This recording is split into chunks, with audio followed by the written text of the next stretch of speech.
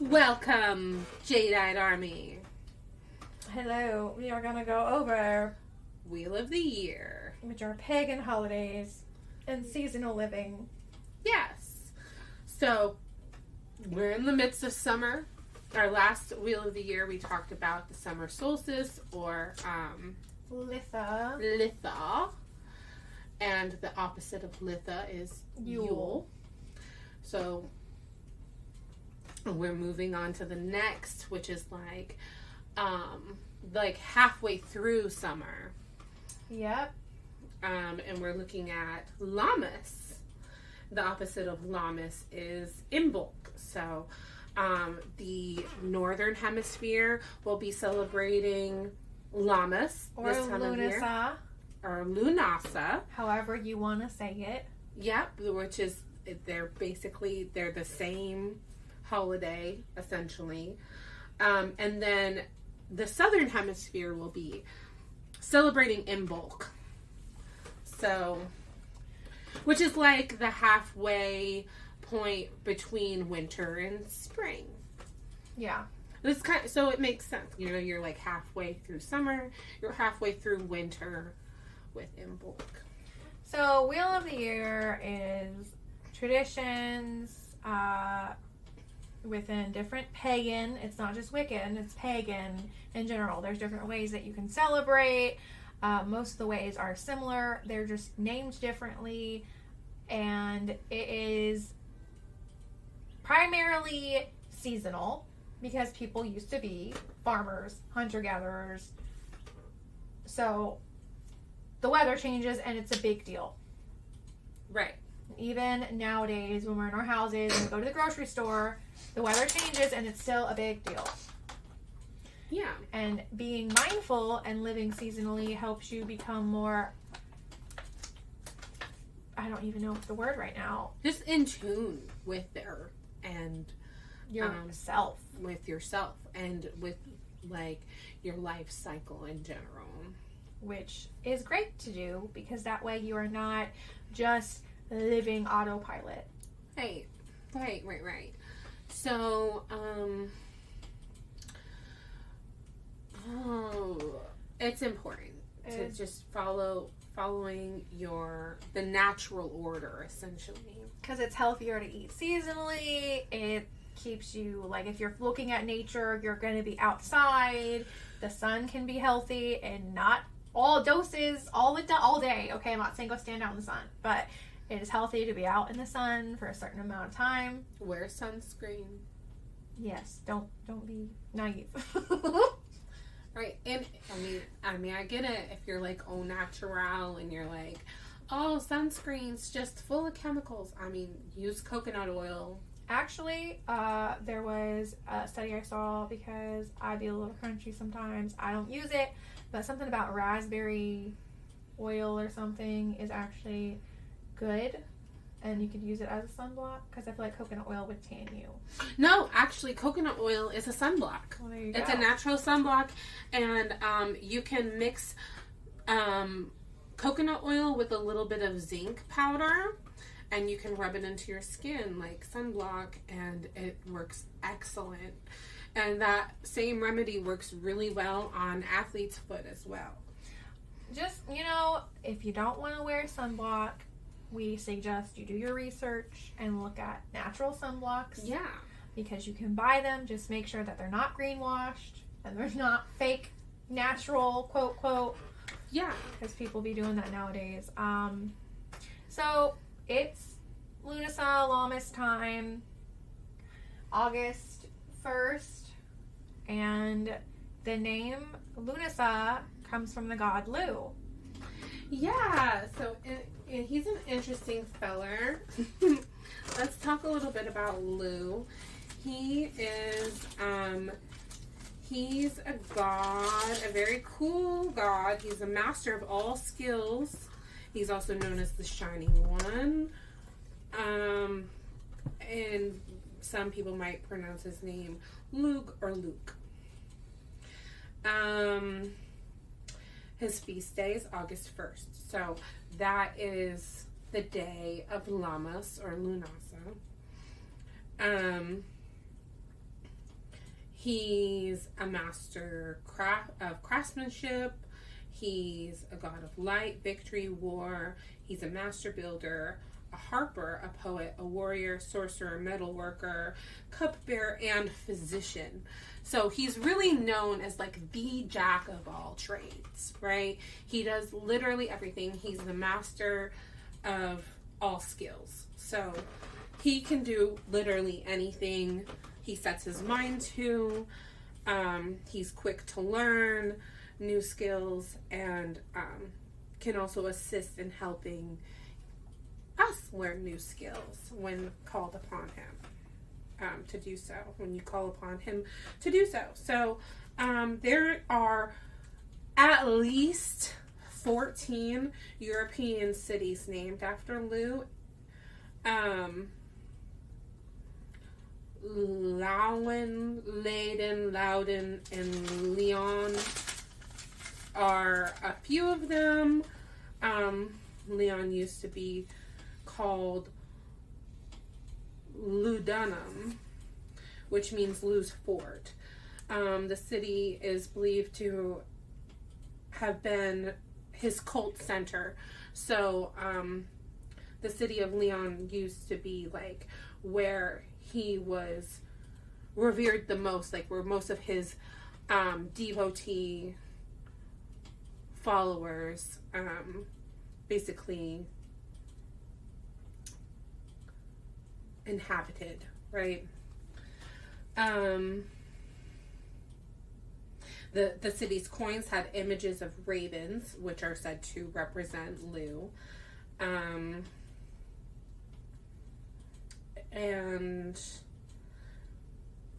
Which is interesting because the Romans identified Lugh with Mercury, aka Hermes in the Greek myth, whereas Mercury is also associated with Odin, who is associated with ravens as well. So you can see the overlap between these different pantheons and their deities and how they kind of like have similarities. Yeah, just now looking at getting my portion ready while another spiritual guru is talking, I just found that he's actually Lugh is considered a mischief god as well. And there's a lot about him. Like, there's a lot about him in Celtic. Like, he didn't just disappear because of Lammas and Lughnasa. He kind of stuck around. He didn't get changed, right? But he kind of stuck around. And a lot of his special event was like kind of transferred over to the goddess Anya, which we will talk about in our deity. We will talk about her on our deities episode. But the celebration Lughnasa was originally made for Lugh, obviously, given his name is in the title. Now it's more of a celebration for Anya, but it's still a celebration for Lugh as well. So they kind of like share it now, where it used to be all about him. Yeah. You know. It really depends on like also what you're reading, how you're celebrating, because Lughnasa is derived from the Celtic and Lammas is derived from when Christianity took it over. It's called Loafmas, Lammas. It's biblical. If you're a certain sect of Christianity, you still observe. If not, you don't. Right. And Christianity did absorb a lot of pagan traditions. A lot of pagan traditions, including Lugh and Lughnasa. So in post-Christianity, many of his sacred functions were actually given to Saints Patrick and Saint Luke. I don't know much about Saint Luke, but we know a little bit about Saint Patrick, who drove the snakes out of Ireland. Yeah. We all we know what that means. We have a special opinion. There was never physical serpent style snakes in Ireland. They're not indigenous to Ireland at all. Not a single natural species of snakes lives in Ireland. So people have tried to tell me in the past that that's where that phrase comes. Well, there's no snakes in Ireland, so it must have been, that must be what they're talking about. No, it's another like double entendre type situation where there's no snakes in Ireland. They use that. It's like it's like it's like, yes, there's no snakes in Ireland, but they're not talking about snakes particularly. They're really talking about pagans. Yeah. So it's a mess when you're looking into history and you know what you're talking about, and people have a cognitive dissonance. Right. Or they were giving like the propagandized version of the story. They don't look at all the versions. Yeah, they're not looking deeper into it. Or like there's a version that you're even taught in school about St. Patrick, when you learn about, oh, it's St. Patrick's Day. You know, he converted the pagans by using the shamrock. No, he did not. Okay. But whatever. Well, you know. And it's a little insulting and ironic that they would take a pagan deity and redistribute his attributes to someone who was known to have allegedly genocide the pagans. So yeah, it's that's how you get smoted. Yeah. Not a great look. But anyways. So Lammas is considered Lothmas, and that was something that Christianity took over once Lughnasa was stopped being popular. Lugh had been revered in the past. Lughnasa and Lammas are about abundance, change, harvest, prosperity. You could literally make bread. You know, there's different ways of celebrating. I feel like it's one of the fresh fruit, really like a summery. You're looking at like summery stuff as well. Going into autumn. So yeah, so like you're going from pies to jam and bread and stuff like that. And toast. You know. It's supposed to be a time of harvest. The iconography for Lammas is really like, it's about Lugh and stuff and the sun and, you know, all of the wheat and all of that happening. And the feast festival, Lughnasa, means the marriage of Lugh, which Lugh is the sun, and Lugh, the sun, and the earth mother renew their vows annually during the full moon in August. So it's a celebration of their consummation as well. But also, I found a nugget that will pull us into Imbolc, because we're going to talk about Lugh's involvement with the Tuatha De Danann, which are pretty much the Fae. This is something I have on my phone right here, and it is talking about how Lughnasa festivals are also a funeral feast commemorating his foster mother who died in the battle of the Tuatha De Danann. Against the Fomorians? Yes. Yeah, so, and also his father's people were the Tuatha De Danann, and his mother's people were the Fomorians. So, that's also another indication that maybe that was the start of patriarchy in Ireland. Yeah, I would definitely, if you are not doing anything with the Fae, but here's the thing, if you leave an offering for the Fae, you have to continue to do it. It cannot be a one-off thing. But this is the time to... They like long-term working relationships. Exactly. They don't want you to half-ass it. To just jump in, ask for a favor, and then leave them and not. But you have to ask for something if you leave an offering. A relationship. Yeah, exactly. You can't just leave them something because... there's a dueness. It's a dueness, exactly. And so, basically, like, the Fae... Everyone's heard of a Fae trap, right? So, if you go to the Fae trap and you fall into the trap or whatever, something bad might happen to you, because maybe you're taking something and you're taking something from the Fae, for instance, and they never asked you for a favor. Or something good will happen. Now, I have taken my risks with Fae traps. I work with the Fae, though, regularly. And it could be as simple as leaving them an offering so that it can help your houseplants grow. Right, exactly. But you have to make sure there's something there. You can't just give them something and not expect them to. And you can't just take you can't just take from them. Oh, don't do that. That's what I'm saying. Like, that's what I mean by Fae trap. Like, you don't want to take from them. No. Because, but I mean, if you do, there's ways to rectify it. But, especially if you don't work with them, like, there's probably not a way to rectify it.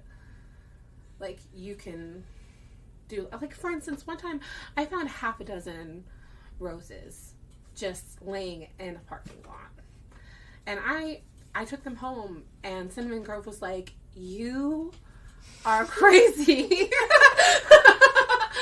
And you know, I plucked all the heads off, and I gave 5 back to my Fae altar in my window.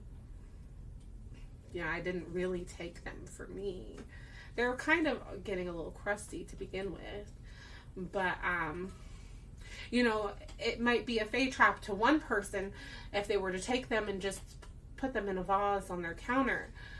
But if you recognize it and you're like, I can take this and I can give it back. I can make it last. I can put it on a altar. I can revere the Fae with these. It's a little bit different.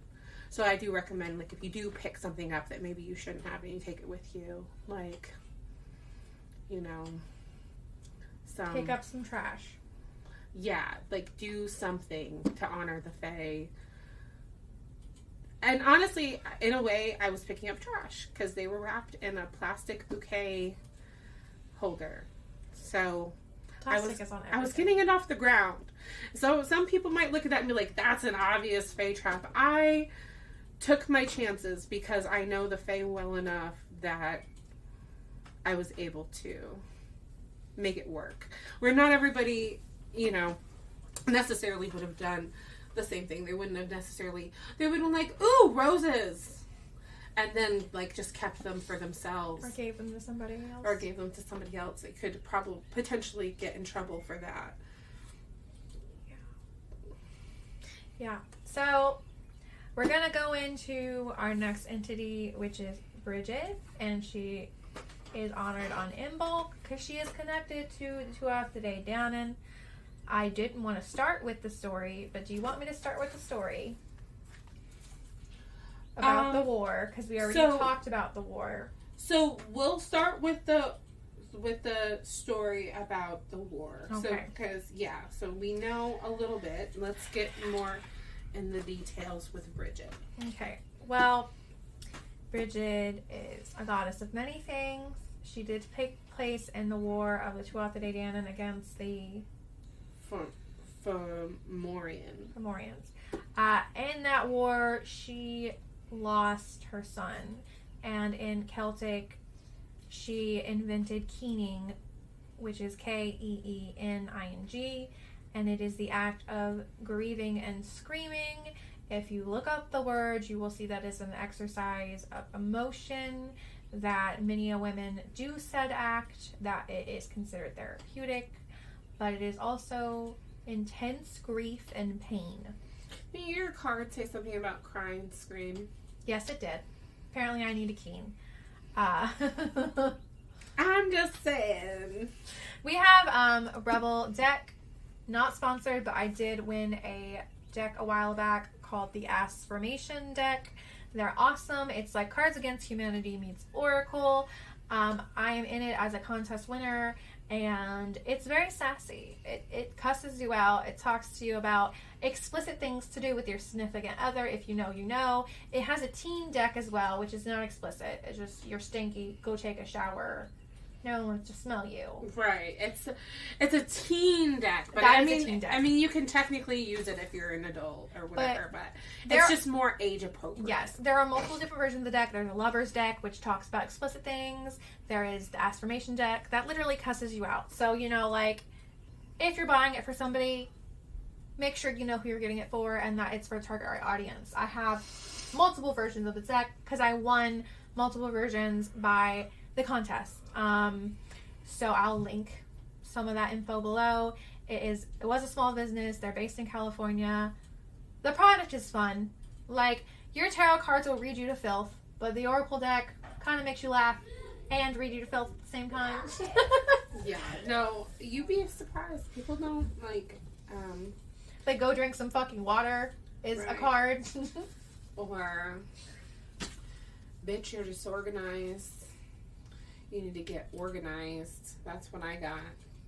So, anyways, yeah, so Brigid invented keening.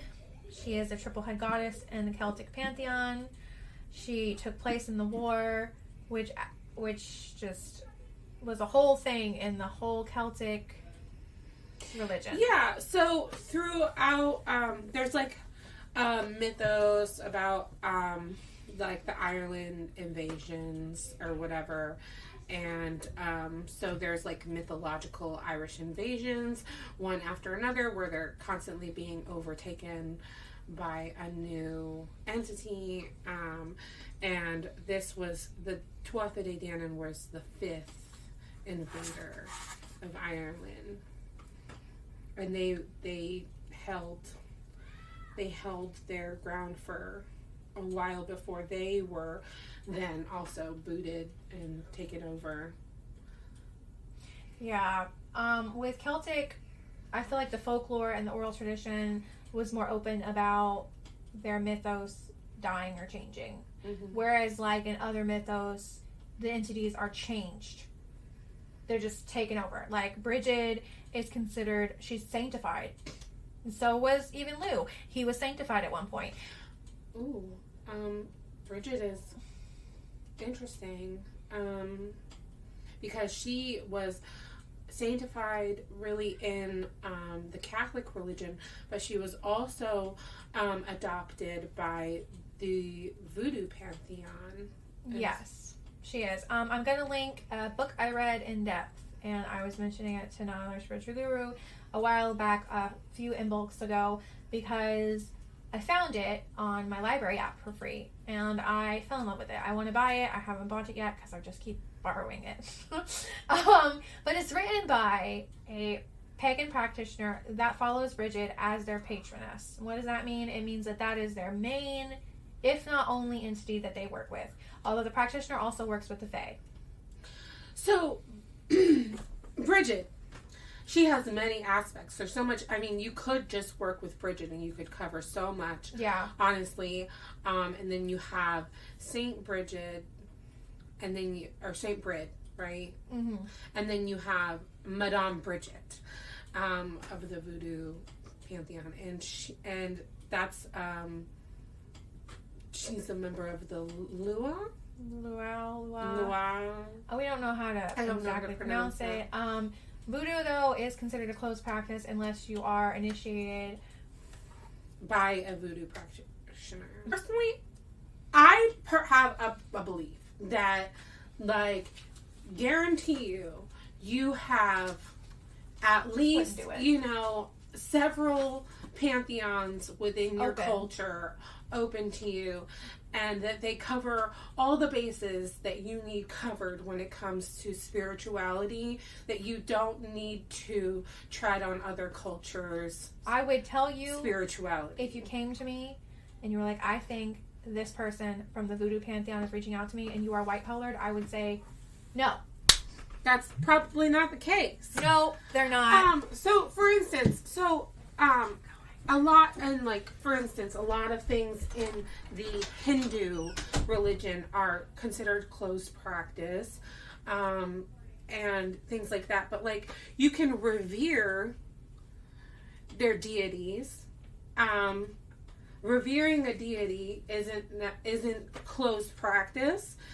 necessarily, but like a lot of the rituals and things like that are what are closed.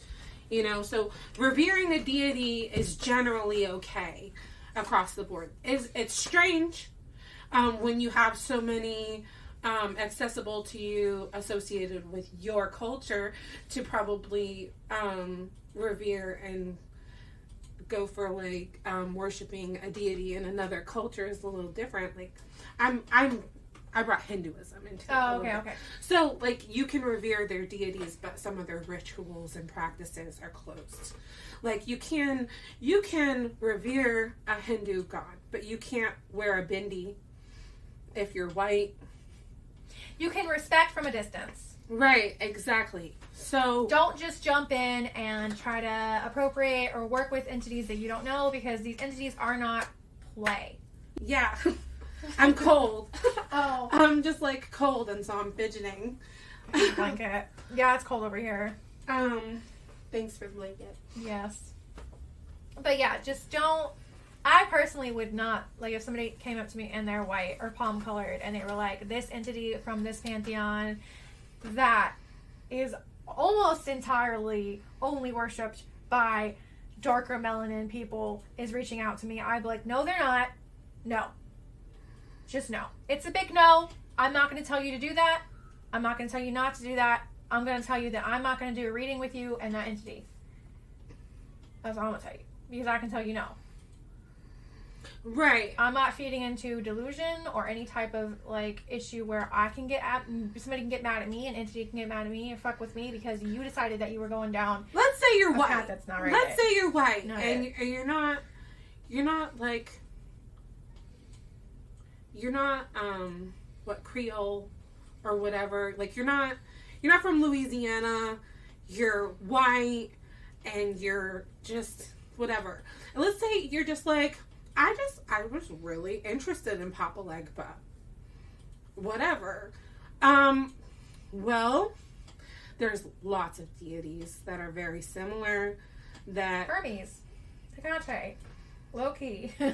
Exactly. Like, there's so many that, like, that you can mix and match and you can still get the same aspects out of, like, what you need spiritually out of these other deities that are maybe more for you.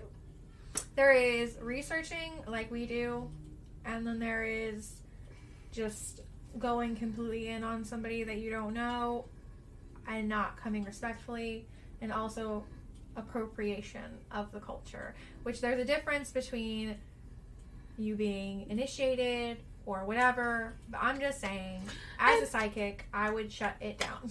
Honestly, you're allowed to research whoever you want. You can read whatever any book you want to read. Read about any spirituality. That's not what we're getting at. Like, you can learn all about Papa Legba. More power to you. I mean, I went through a little phase where I learned a little bit about these Lua and other voodoo deities because I just was, like, curious. But I wasn't like... respectful curiosity. Right, exactly. But I wasn't like, oh, great, and now I know all this stuff, so now I'm ready to work with them. No. That is not the case. Just because you know stuff doesn't mean you're initiated or you're ready to work with deities of another culture. So yeah, that would have got into a little bit of spiritual hot take, but yes, Brigid is also part of that mythos pantheon. She's got stories there. She's prayed to in that specific ways. The author that I read doesn't work with that version of Brigid. However, she talks about rituals that they do because she did research extensively because Brigid is her patroness. Some people say even like Jewish mysticism, closed practice for sure, but actually, if we're being completely honest, the Jewish religion is a closed practice. All of it, not just the mysticism. You have to be initiated and converted through a process by other born Jewish people in order to be accepted into Judaism. Like, you can't just be like, you can't just wake up one day and be like, I'm gonna be Jewish now. That's not really how that works, just in general. So some people, like I said, some people say Jewish mysticism is closed, but all of Judaism is closed. And you would think, oh, well, that's one of the most, that's like one of the top religions of the world. Doesn't matter. It's very much, very much closed. That would be like just deciding that you're going to try to work with native deities. Yeah.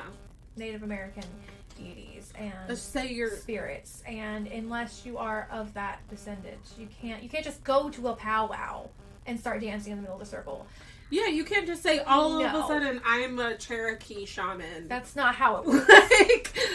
That's not how it works. You can't exactly. Like, it's, and especially when it comes to any indigenous religion or spirituality. Honestly, spirituality in general.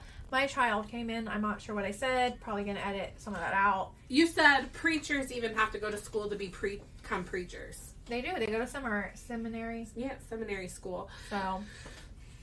So, yeah. So, just a little, I mean, we kind of, like, go hard on you guys about this closed practice stuff, but it's really important. You need to know what you're doing and not just fucking around and finding out, because that's how you piss off entire cultures and entities that will fuck you up.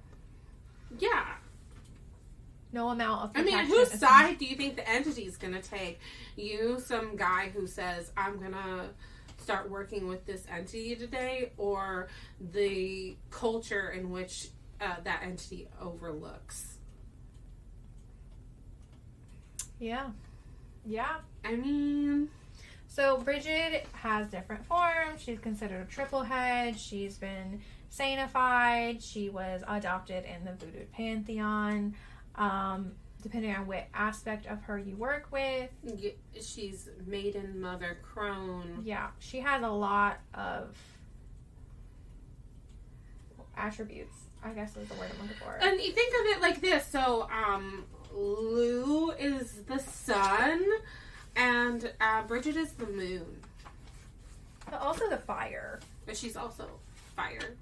But fire is her element, but... the moon is her,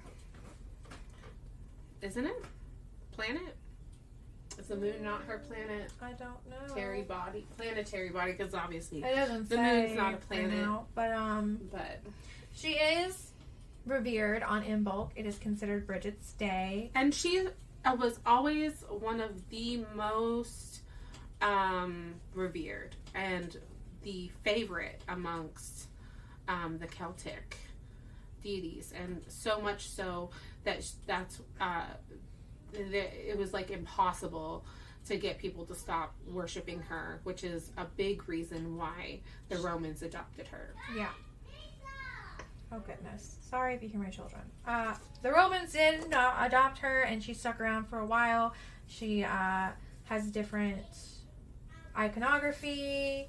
She has different attributes. She's considered a healer, a protector. She's over fertility, wisdom, education. She crafts, like a lot of iconography there's so much. She's got serpents, cauldrons, spinning wheels, metalworking, anvils. What'd you say? The swan. Oh yeah. The horse. The wheels. An all white bull, or a white cow with red ears. Yeah. She is supposed to have fire emerging from her head. Some people say that's literally fire. A pillar of fire. Yes. Or her hair is red, or both. I feel like it's both. Yeah, she's got a lot. She's really worth looking into. She stuck around for a long time. Imbolc is considered a holiday of... I can't right fresh start, conception, continuity, healing, you know. It is the beginning of spring in the southern hemisphere, whereas Lammas is the beginning of fall in the northern. Yeah, she's a good entity, honestly. If you were to have a patron or patroness, you know, I honestly feel like one of the triple heads or a queen of whatever pantheon would be the best for you, because they have broad aspects of all the things that they actually have. She's considered a shapeshifter and queen of the fairies. Mm-hmm. She's also associated with snakes. So her favorite people are poets, writers, midwives, artisans, and snake charmers, and blacksmiths. So for Imbolc, you want to... Well, I do every Imbolc, honestly, and I started doing it last Imbolc. I actually knitted little... I don't know how to explain it. It's not like a scarf, but it's like a wrap. I knitted like a little wrap, and you're supposed to set them outside and let her bless it to heal, for healing, because she's a healing goddess. And also, me and not another spiritual guru got together, and we made homemade butter. Yes, we made homemade butter, and we ate sourdough bread. We did a lot. It's a lot of shaking with the mason jar method. Yeah, which is, you know, it's a fun little thing.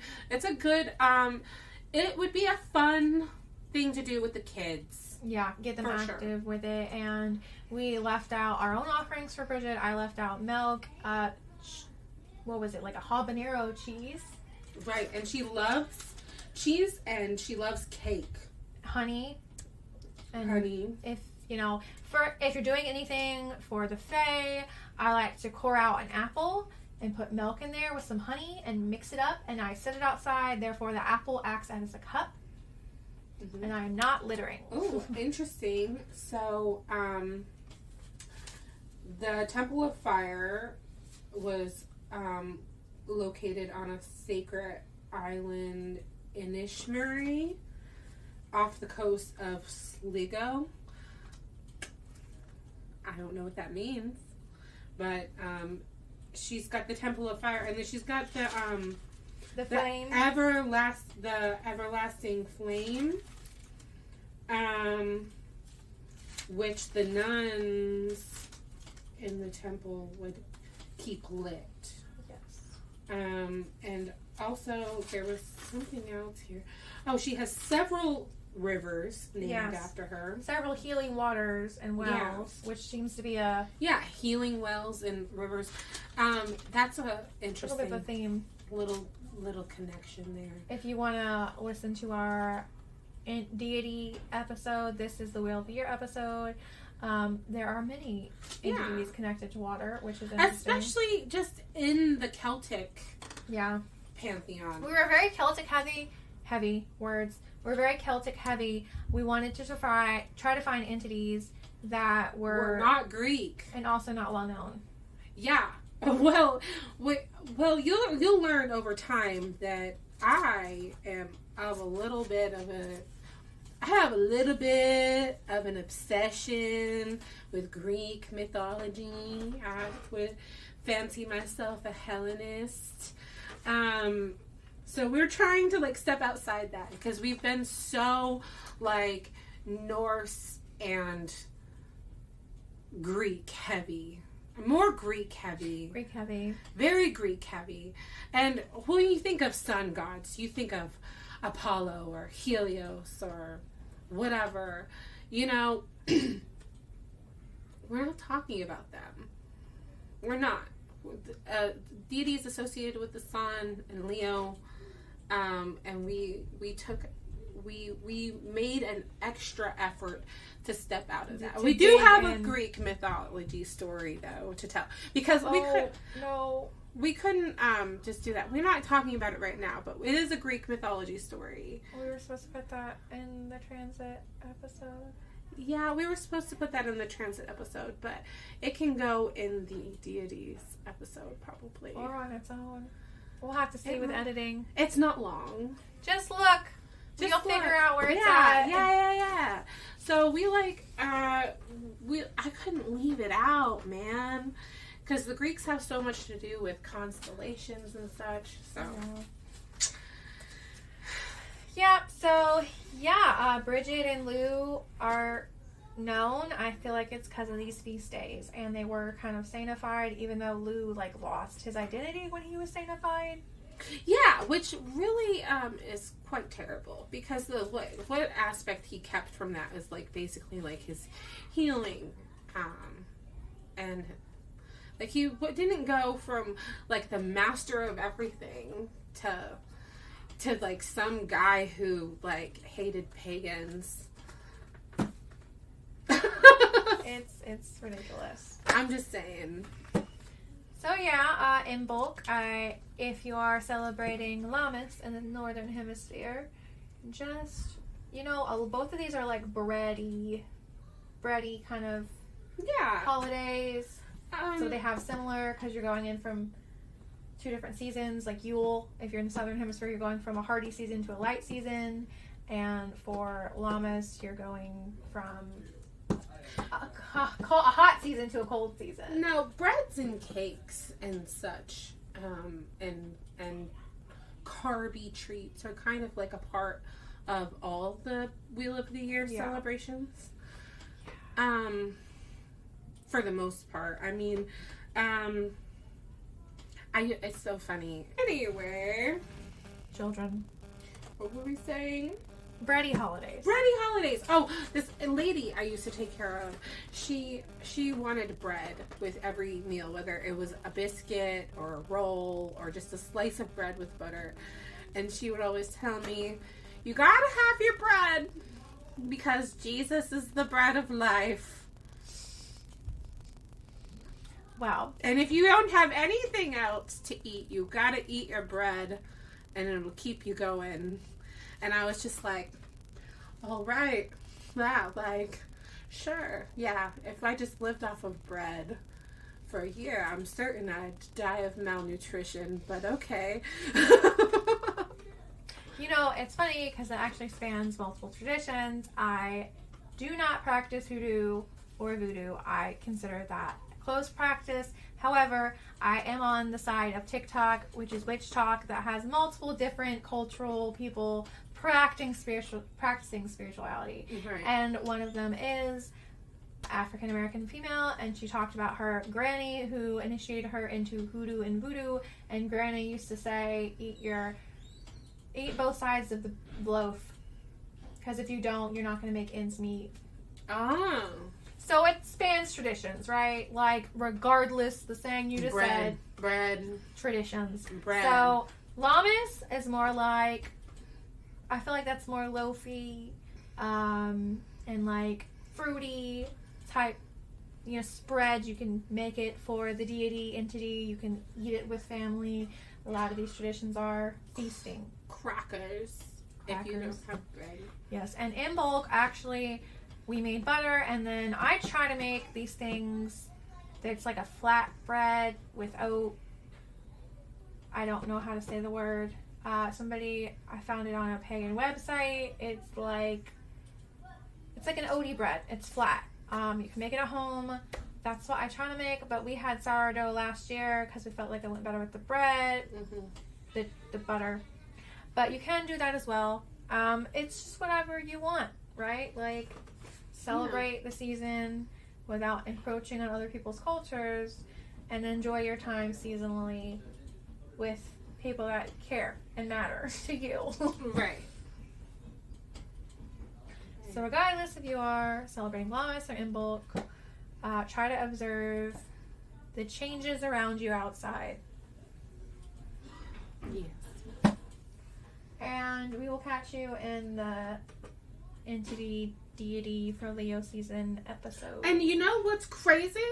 How many Wheel of the Years have we done? We've done. I think we've gone full circle. We've gone full circle, y'all. Just by covering northern and southern hemisphere, we have gone full circle. So we're gonna have to find something else to do.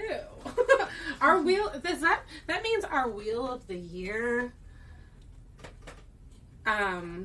our Wheel of the Year specials are over. You know? I don't feel like they're over. They're not over. I feel like we're going to mention them still. We're going to mention them the time of the year that when it comes around. We might do refreshers, but these are like our in-depth talk about each, and probably won't do any more super in-depth on these. So go back and enjoy our others where we discuss all of the Wheel of the Year and their corresponding Southern Hemisphere holiday. If you see the name in the title, we're talking about it. The first episode, we went over all of our things at once. It is the longest episode. It's the Ostara episode. But Ostara Mabon. Exactly. So if you want to go listen to that, you can. You know, it talks about that season and all of that happening for us in the Northern Hemisphere, but also the celebrations in the Southern Hemisphere, which we can listen to no matter what time it is, if it is that season in the Northern Hemisphere, or whether it's in that season in the Southern Hemisphere. It doesn't matter. The information we're giving you works for whatever that season is for you. Exactly. So, exactly. Enjoy this episode, implement mindfulness, and we will see you in our next one. Goodbye. Goodbye.